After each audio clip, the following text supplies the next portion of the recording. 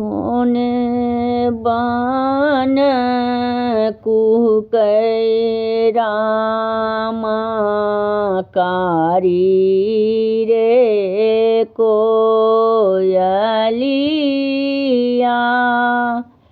कोने बान कुहके मयूर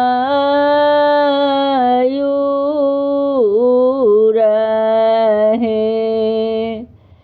कोने बान कुहकै रामा कारी रे कोयलिया।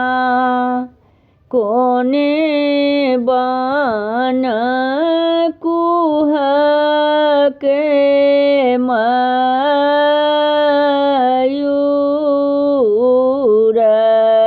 है। कोने बान कुहकै रामा धिया के आमा। आब धिया रहली कुमारी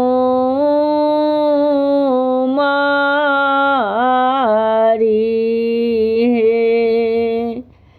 कोने बान कुहकै रामा धिया के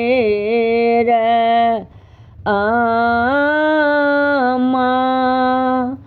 आब धिया रहली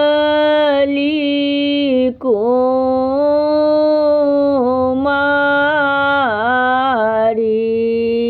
है।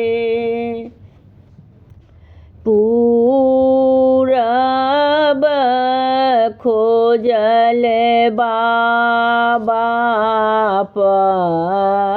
पश्चिम खोजल खोजी लेल मगहा मुंगेर है। पूरब खोजल बाबा पश्चिम खोजल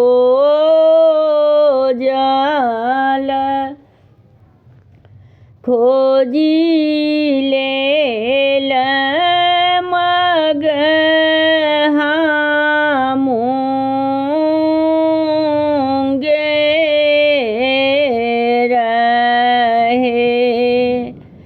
घर सँ बाहर भेली धिया के आमा। आब धिया रहली कुमारी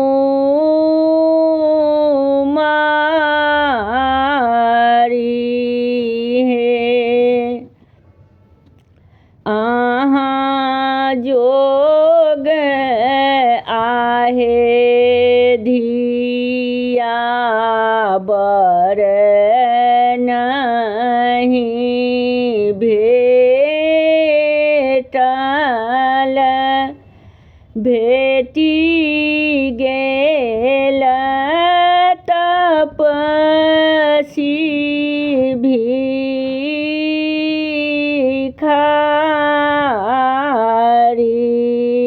है।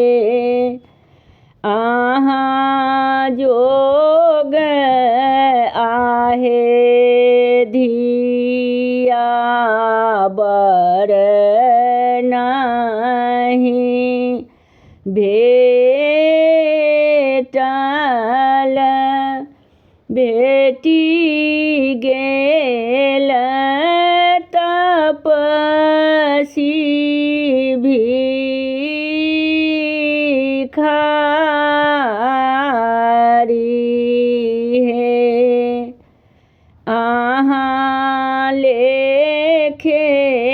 आहे बाबा तपसी भिखारी छथि मोरा लेखे श्री भगवान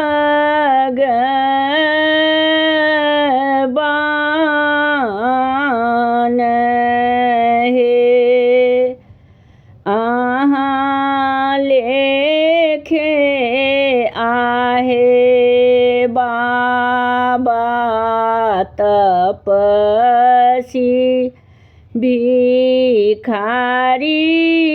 छथि मोरा लेखे श्री भगवान